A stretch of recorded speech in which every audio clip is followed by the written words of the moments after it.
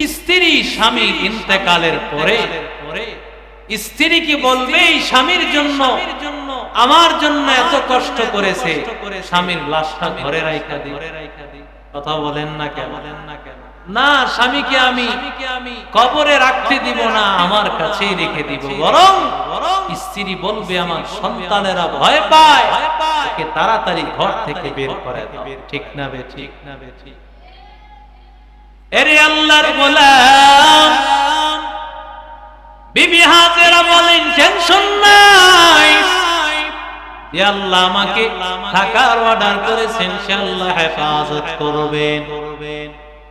ইব্রাহিম নবী আল্লাহর কাছে দোয়া করলেন, মালিক রব্বানা ইন্নী আসকানতু মিন যুররিয়্যাতি বিওয়াদিন গায়রি যী যার'ইন ইনদা বাইতিকাল মুহাররাম। আয় আল্লাহ, এই জায়গাকে তুমি আবাদ করে দাও, ফাজআল আফইদাতাম মিনান নাসি তাহওয়ি ইলাইহিম, মানুষের ভালোবাসা তৈরি করে দাও, মানুষ যেন এই জায়গার প্রতি ভালোবাসা জন্ম নেয়, মানুষ যেন এই জায়গার ঘরের জন্য পাগল হয়ে যায়। ওয়ারযুক আহলাহু মিনাস সামারাত, ও মালিক রিজিকের ব্যবস্থা নাই, আল্লাহ তুমি রিজিকের ব্যবস্থা করে দাও। একটু চিন্তা কর আল্লাহ কেমন রিজিকের ব্যবস্থা বাইতুল্লাহ করেছে। আবাদি ফসল তেমন নাই, অথচ তাকাইয়া দেখ সারা পৃথিবীর যেই জায়গায় যা কিছু পাওয়া যায় না, সব কিছু আল্লাহ বাইতুল্লাহর জমিনে আল্লাহ তাআলা ব্যবস্থা করে দিয়েছে। ইব্রাহিম নবীর দোয়া, ইব্রাহিম নবী দোয়া করেছেন, আল্লাহ সব খাবারের ব্যবস্থা করে দাও, মানুষ যেন খাবার খাইতে পারে, সব খাবার যেন বাইতুল্লাহে চলে আসে। ইব্রাহিম নবীর বিবি হাজেরা সামান্য এক গ্লাস পানি, কয়েকটা খেজুর, কয়েকদিনের মাথায় কষ্ট করে খেতে খেতেই খাবার শেষ হয়ে গেল। এক গ্লাস পানি খাইতে সময় লাগে না। এরে আল্লাহর বান্দা, ৩-৪ দিন পরে কোনো খাবার নাই। এবার বিবি হাজেরার বুকে স্তনে দুধ নাই, বাচ্চারে কি খাওয়াবে? বাচ্চার কান্নাকাটির আওয়াজ, বাচ্চার কান্নাকাটিতে মা আর সহ্য করতে পারে না। মা এবার পাগলের মতো দৌড় দেওয়া শুরু করল। মা এবার সাফা পাহাড়ের উপর দাঁড়ায়, বাইতুল্লাহর ঘর, ওই ঘরের দিকে তাকায়। আর আল্লাহর বান্দা মাঝামাঝি জায়গায় আসার পরে হঠাৎ মনে হয়েছে, না জানি আমার সন্তান, তৃষ্ণার জ্বালায় আমার সন্তানটা মারা যায়। ওই যে দূরে দেখা যায় মারোয়া পাহাড়ে, মনে হয় সেই পাহাড়ে মনে হয় পানির সন্ধান পাওয়া যাবে। ইব্রাহিম নবী দৌড় দিয়া রওয়ানা। ইব্রাহিম নবী সেখানে গিয়া দেখেন পানির ব্যবস্থা নাই।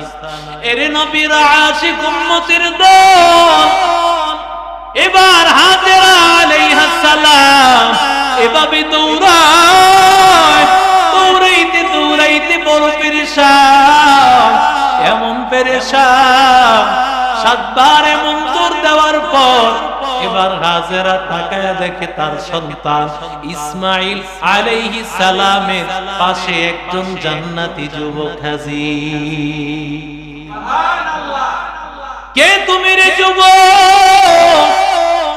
বলে আমি জান্নাত থেকে আগত। তোমার সন্তানের পায়ের দিকে তাকাও। পায়ের দিকে তাকাইয়া দেখে পায়ের আগাতে জমিন থেকে ঝর্ণা শুরু হয়ে গেছে। সেখান থেকে পানি শুরু হয়ে গেল, জমজমের পানি। এরে আল্লাহর বান্দা, এই জমজমের পানির উৎস কোথায়? পয়গম্বর বলেন এই পানির উৎস আর কোন জায়গা না, পানির উৎস হলো হাউজে কাউসারের সাথে তার লাইন আছে। এজন্যই নবী বলেন এই পানির মধ্যে আল্লাহ এমন কিছু দিয়েছে, আল্লাহর বান্দা ক্ষুধার্ত মানুষটা এই জমজমের পানি পান করলে ক্ষুধা নিবারণ হয়ে যায়। আরো জোরে বলেন। শুধু তাই না, ক্লান্তি অনুভব হয়। আল্লাহ তাআলার বান্দা তৃষ্ণার্ত মানুষ, ওই মানুষটা যদি এক গ্লাস পানি জমজমের পানি পান করে আল্লাহ ক্লান্তিও দূর করে দিবে। শুধু তাই না, আল্লাহর বান্দা যদি দোয়া করে আল্লাহ তুমি আমার ব্রেনটাকে বাড়ায় দাও, আল্লাহর বান্দা যদি তার রোগের জন্য আল্লাহর কাছে নিয়ত করে পানি পান করে আল্লাহ তাআলা তার সমস্ত রোগ জমজমের পানি দ্বারা দূর করে দিবে। এজন্যই নবী দোয়া শিখাইছেন, আল্লাহুম্মা ইন্নী আসআলুকা ইলমান নাফিআ ওয়া রিজকান ওয়াসিআ ওয়া শিফাআন মিন কুল্লি দা। আয় আল্লাহ তুমি আমার ইলম উপকারী আলেম দাও, আয় আল্লাহ রিজিক বাড়াইয়া দাও, সমস্ত রোগ আল্লাহ তুমি দূর করে দাও। এই দোয়া পড়ি আল্লাহর বান্দা পানি পান করবে, আল্লাহ তাআলার বান্দা বাইতুল্লাহর ওই জমজমের পানির বরকতে সব রোগ দূর করে দিবে। সুবহানাল্লাহ। বহু আল্লাহর বান্দা এমন রোগ নিয়ে গেছে, বাইতুল্লাহ গিয়া জমজমের পানি ইয়াকিন আর বিশ্বাস নিয়ে পান করেছে, বাইতুল্লাহ থেকে রোগ মুক্ত হয়ে দেশে ফিরে আসে। সুবহানাল্লাহ। এমন ঘটনা অনেক আছে। এরে আল্লাহর বান্দা, আল্লাহ তাআলা ইব্রাহিম নবীর দোয়া আল্লাহ কবুল করেছে। ইব্রাহিম নবী আল্লাহর কাছে দোয়া করেছে, আল্লাহ আবাদ করে দাও। হাজেরা আলাইহিস সালাম ইসমাঈলকে নিয়ে জমজমের পানির কাছে, যেহেতু কূপ হয়েছে এখন পাখির আনাগোনা, এতদিন কোনো পাখিও ছিল না। হঠাৎ একটা কাফেলা যায়, কাফেলা তাকাইয়া দেখতেছে এখানে পাখি দেখা যায়। ব্যাপারটা কি? পাখি তো মরুভূমি অঞ্চলে আমরা কখনো দেখি নাই। কয়েকজন সাথী ভাই সামনে গাইয়া দেখলো, আসলে এখানে একজন মহিলা, তার সাথে ছোট্ট একটা দুধের বাচ্চা দেখা যায়, পাশে একটা পানির কুয়ার মতো দেখা যায়। চিন্তা করলো আমরা এখানেই বসবাস করা শুরু করি, এই জায়গায় আমরা বাড়িঘর করে থাকতে শুরু করি। সুবহানাল্লাহ। কারণ ইব্রাহিম নবী তো দোয়া করেছেন, আল্লাহ মানুষের ব্যবস্থা করে দাও। এই লোকেরা এসে বসবাস শুরু করলো। এখন তাকায় দেখেন সবচেয়ে উন্নত বিল্ডিং বাইতুল্লাহর আশপাশে হচ্ছে। আস্তে আস্তে এমন হচ্ছে পৃথিবীর সবচেয়ে আধুনিক শহর বর্তমানে সৌদি আরবের সরকার কাজে হাত দিয়েছেন, পুরা হেরেমটাকে, পুরা মক্কাটাকে আধুনিক একটা শহর বানায় দিবেন। কারণ আল্লাহ তাআলা ইব্রাহিম নবীর দোয়া আল্লাহ কবুল করেছেন। বাইতুল্লাহর চতুর্পাশে মানুষের অভাব থাকবে না, খাবারের অভাব থাকবে না। গোটা পৃথিবীর সব মানুষ বাইতুল্লাহ যাওয়ার জন্য পাগল হয়ে। এরে নবীর আশিক উম্মতের দল, এরে আল্লাহর গোলাম, তাকাইয়া দেখ বাইতুল্লাহর জন্য সবাই কেমন পাগল। আল্লাহর বান্দারা যারা বাইতুল্লাহর জন্য পাগল হয়, আমার আল্লাহ তাআলা টাকা নাই পয়সা নাই, যাওয়ার ব্যবস্থা করে দেন কি? কথা বলেন। কারণ বাইতুল্লাহ হলো মহব্বতের জায়গা। যেই বান্দার দিলে মালিকের মহব্বত থাকবে, আল্লাহর মহব্বত, যেই বান্দার দিলে থাকবে, আর বান্দা যখন আল্লাহর কাছে মহব্বতের একটা ডাক দিবে, আমার আল্লাহ তাআলা বাইতুল্লাহ নেওয়ার মতো সব ব্যবস্থা আল্লাহ করে দিবে। আরো জোরে বলে কিতাব একটা ঘটনা আসছে, পিপিলিকা, ছোট্ট একটা পিপিলিকা, চতুর্দিকে পানি, একটা দ্বীপের মধ্যে পিপিলিকা তাকাইয়া দেখতেছে মানুষেরা হজে যায়, জিনেরা হজে যায়, ফেরেশতারা হজে যায়, বিভিন্ন পশু উপর আরোহণ করে আগের দিন হজে যায়। কিন্তু পিপিলিকার মনের মধ্যে বড় আশা, আল্লাহ তোমার ঘরটা যদি দেখতে পাইতাম, তোমার ঘর বাইতুল্লাহ কেমন সুন্দর, ওই ঘরটা যদি একবার দেখতে পাইতাম। আল্লাহর বান্দা পিপিলিকা গভীর রাত, রাতের বেলায় মনের অজান্তেই চোখের পানি ফেলে দিয়েছে।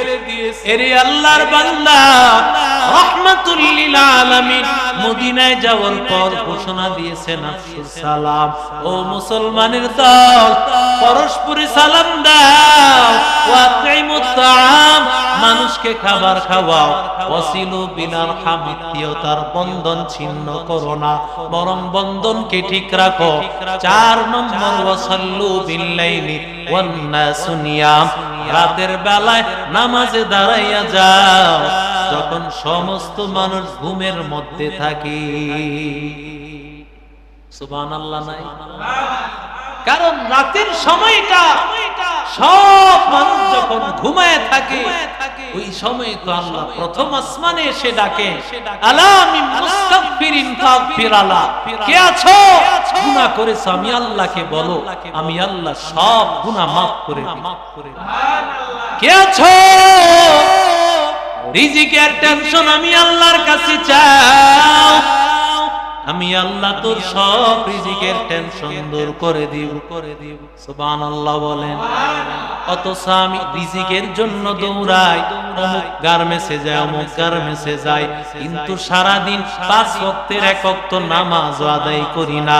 আল্লাহ বলেন যেই জায়গায়, যেই গোডাউন থেকে, যেই হেড অফিস থেকে বান্দা রিজিকের ফয়সালা হয়, ওই হেড অফিসের সাথে যোগাযোগ না রাখিয়া যতই দুনিয়াতে দৌড়াও, আমি আল্লাহ রিজিকের ফয়সালা করব না। রিজিক দেন কে? আল্লাহর বান্দা ছোট্ট মাখলুক পিপিলিকা। আল্লাহ দোয়া কবুল করেছে। কেমন আল্লাহ দোয়া কবুল করলেন ভাই? আল্লাহ ডাক দিয়ে বলেন, ও জিবরিল তাড়াতাড়ি যাও, আমার ওই ছোট্ট পিপিলিকা মাখলুক আমি আল্লাহর কাছে চোখের পানি ফালায় দোয়া করেছে, আমি আল্লাহ কবুল করে ফেলেছি। তাড়াতাড়ি দৌড়াইয়া যাও, তার জন্য বিমানের ব্যবস্থা কর। কেমন ব্যবস্থা বান্দা? অমুক জায়গায় যাও, সেখানে গিয়ে একটা কবুতর গিয়া আমি আল্লাহর সালাম দাও, আর তার ডানার মাধ্যমে নিয়ে যাও। কবুতরকে গিয়া জিব্রাইল আলাইহিস সালাম সালাম দিলেন। আল্লাহ বলেছেন তোমাকে একটা কাজ করা লাগবে। বলে কি কাজ? পিপিলিকাকে তোমার ডানার নিচে নিয়া বাইতুল্লাহর হেরেম শরীফে কাবা ঘরের সামনে নিতে হবে। আর জোরে বলেন।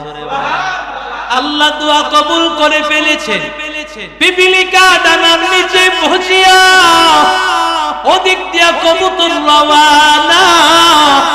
কবুতর বলে, নো জিবরিল, কিভাবে বাইতুল্লাহ যাব?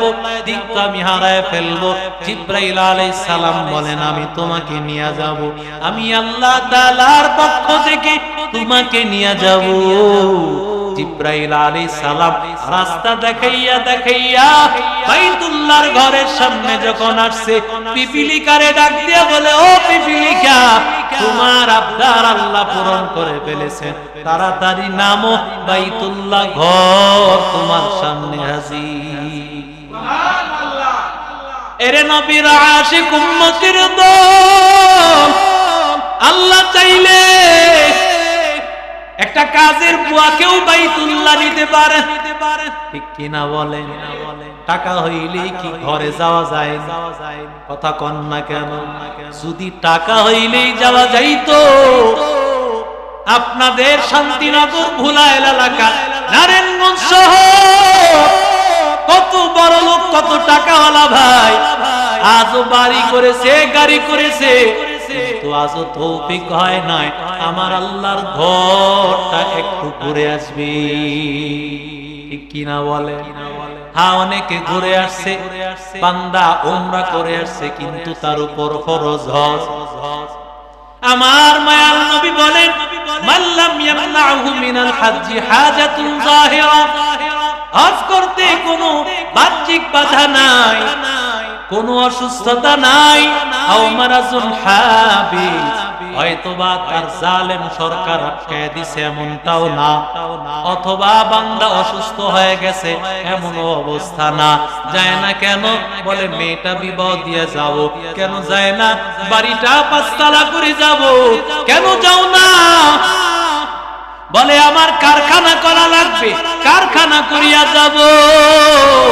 আল্লাহর নবী কত শক্ত ঘোষণা দমকি দেন, পয়গম্বর বলেন, যেই বান্দা হজ ফরজ হইল কিন্তু বান্দা হজ করলো না, বান্দা যাচ্ছি যাব, মেয়ে বিয়া দিয়া যাব, বাড়িটা করে যাব, এরে বান্দা এইভাবে যাব যাব করতে করতে কবরে চলে গেল। আল্লাহর নবী বলেন, ফালিয়ামুত ইনশা ইহুদিয়া আও ইনশা নাসরানিয়া, ওই বান্দা, ওই উম্মতকে আমি নবী চিনি না, উম্মত ইহুদি হয়ে মারা যাক, খ্রিস্টান হয়ে মারা যাক, আমি নবী তার পরিচয় জানি না। নাউজুবিল্লাহ বলে।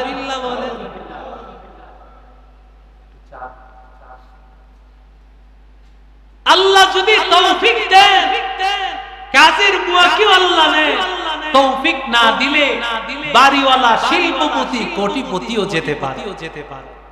যাওয়ার জন্য লাগে আল্লাহর দ্বীন, আল্লাহর সাথে মুহাব্বত, আল্লাহর ডাইরেক্ট ঘর বাইতুল্লাহ, আসল ঘর। ওই ঘরে তো আল্লাহ তাকেই নিবে যার সাথে আল্লাহর মুহাব্বত আছে। আল্লাহর ঘরের মেহমান তো তাকেই বানাবে। মেহমান কাকে কে বানায়? যার সাথে মুহাব্বত থাকে তাকেই তো সে মেহমান বানায়, ঠিক না বেঠিক? আপনাদেরকে মেহমান করে মাদ্রাসায় দাওয়াত দেওয়া হয়েছে, দারুল উলুম মারকাজুত তাকওয়ায়। কেন? আপনাদের ভালোবাসা মুহতামিম সাহেবের আছে বিধায় আপনাদেরকে দাওয়াত দিয়েছেন। আপনারাও আসছেন কেন? আপনারাও নবীর ঘরটাকে ভালোবাসেন, ঠিক কিনা বলে? নবীর ঘরের ভালোবাসা আপনারা আসছেন। আর আল্লাহর ঘর বাইতুল্লাহ, সেখানে আল্লাহ কাকে নিবে? যার সাথে আল্লাহর মহব্বত আছে। কে যাবে? যার সাথে আল্লাহর মহব্বত আছে, ঠিক কিনা? জোরে বলে।